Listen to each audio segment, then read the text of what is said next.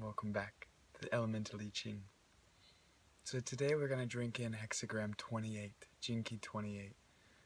In the I Ching, critical mass or great excess. And in the Jinkies, it moves from the shadow of purposelessness to the gift of vitality to the city of immortality. Richard calls it embracing the dark side. And I think that it's a very fitting key right now. The sun has already moved through this key. It's already in 44 right now as I record this. But we're in this beautiful portal right now where Jupiter is literally illuminating that key. It's expanding our capacities to live totally present with all the sensations of life. Expanding our capacity to face life even instead of avoidance, instead of the ways that we're dissatisfied with the unease that we feel inside our body, and we run or we react against those situations. So Jupiter, the great teacher, this expansive element, is still radiating blessings for us to drink in 28. And also, as we're in this Halloween and the ancient rituals as the veil gets thinner, and of course Dia de los Muertos, and all of these portal days, that happen for certain cultures in certain spaces. And I really have felt the thin veil this last weekend.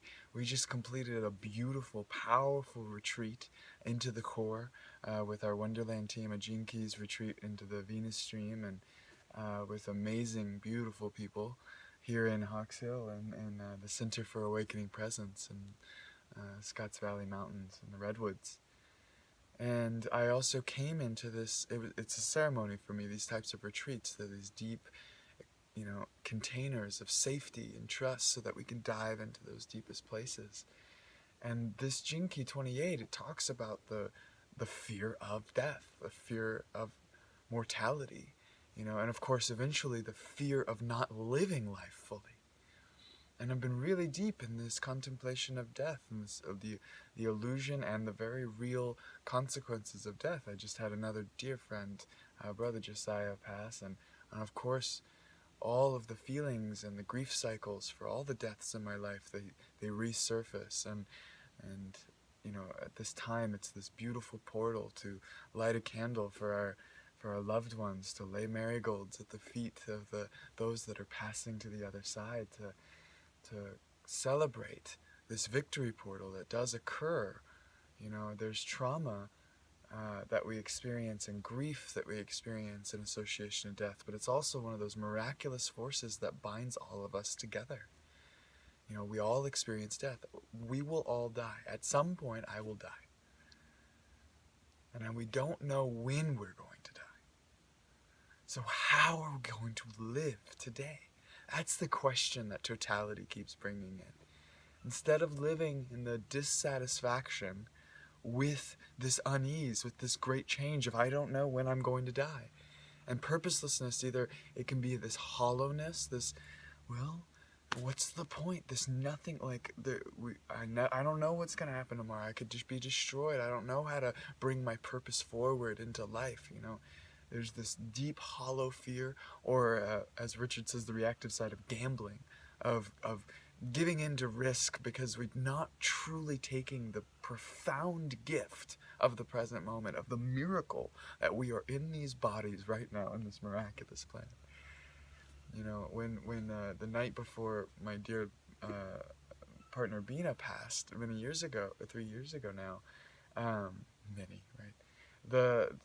there was this quote that came to me of love is eternal, life is eternal, consciousness is eternal, but life never repeats itself. It was this constantly burning phoenix of the present moment. And this moment will never happen again. And even though there are cycles of love, and maybe even reincarnation, maybe that immortality has its breath through many different incarnations, but regardless of what's out there one day when I die, I can choose to live here totally present with this repeatless existence, with this infinitely fresh moment. And that's the vitality that blissful, elated vitality that emerges by living in our intuition, by living totally with the sensations that we're experiencing and following the spirals of life, right? This gentle wood, gentle wind spiral. So the lake of vitality is being is surging through the spirals of life. That's to live totally, to live in great excess, to do it all fully, to win your Oscar in this scene of life, in the great play of life. And it's also about embracing those darker shadow doppelganger archetypes inside ourselves. And death is such a powerful mirror to really face some of those deep fears.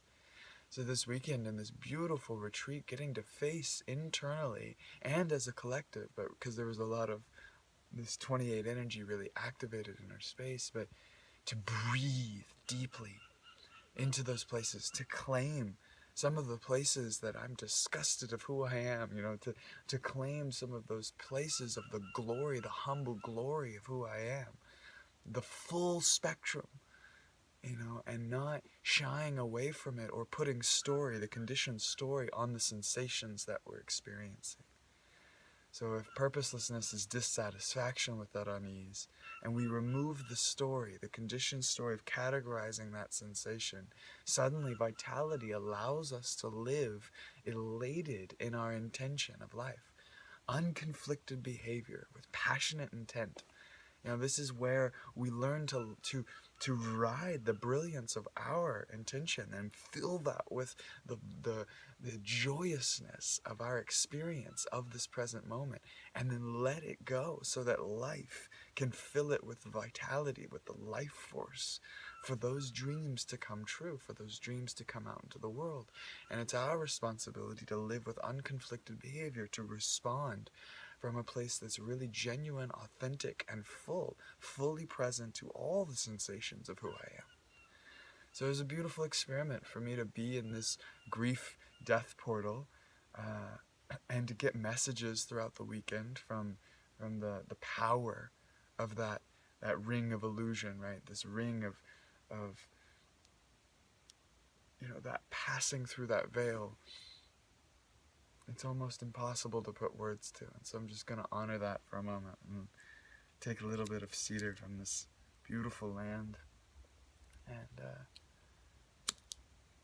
offer up a prayer to my dear friends who have passed and to all the beings in the world who are suffering and moving and transitioning, so that we can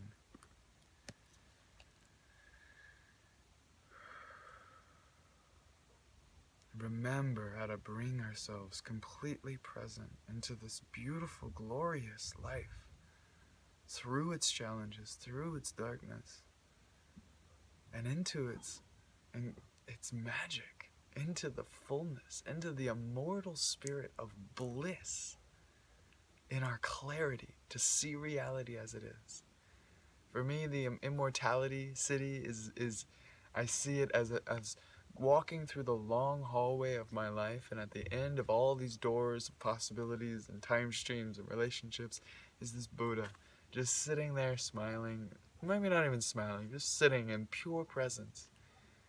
The clarity of that stillness, the clarity of that trust, that clarity of the level of relaxedness in the body, and the bliss that he's experiencing, that Buddhic consciousness is experiencing constantly with all the sensations of life, not taking any of them as a story of victimization and suffering, but including the suffering, including the victim story as another aspect of this blissful truth. And that's for me where my essence goes when I drink in this jinki, and to learn to eat well again, as my Dzogchen teacher would say, to eat these vibrations, these sensations of ourself, these demons, these dark sides, these spooky experiences, these challenging parasites inside of our beings. They're all here for our liberation if we're willing to truly breathe and integrate that disassociated part of ourselves. Every trigger is another mirror for a place that I don't fully love myself, and bring that elation and my intention deeper into those places of constriction, to learn to follow the spirals with more grace, love, beauty, and fullness, so that I can fully ride this roller coaster of life, so I can totally experience the rapture of pain, the glory and ecstasy of tension, the absolute pristine clarity of suffering. Suffering is grace, right? This is the challenge for me, that I'm being invited by this key to like learn to eat the sensations of life, right? I've been really into this metaphor that's not really a metaphor of data. Everything, sensation is just all this data filtering through the computer of who I am, and learning to process this data with a more exquisite energy pattern, you know. And that's totality for me, is that how can I dance and make even better, glorious music by becoming so present, even with the dissonance, even with the fear of all the temples are going to burn again, and everything that I build is just a sandcastle to be wiped away. Because that's where purposelessness gets its real hooks in you, is in when we try to take refuge in an impermanent form, and we're avoiding the void, we're avoiding the mystery, we're avoiding the terror and the annihilation that comes with not knowing. And so the death is a powerful teacher, because it puts us right to that edge, puts us right to that edge of I don't know, puts us right to that edge of grief and of sorrow and of loss and of anger, and why, you know, and this mortal heart that just awakens in the face of its own mortality. So I'm choosing to use that prayer of that intensity, you know, cry fully when the grief comes, you know, laugh fully when the ecstasy comes. I tell that to a lot of people that have been going through grief. It's like, don't push away the ecstasy either. You know, there's an energy that we're experiencing when we touch into the mortality of our life, and there's a joy and elation that arises from that space.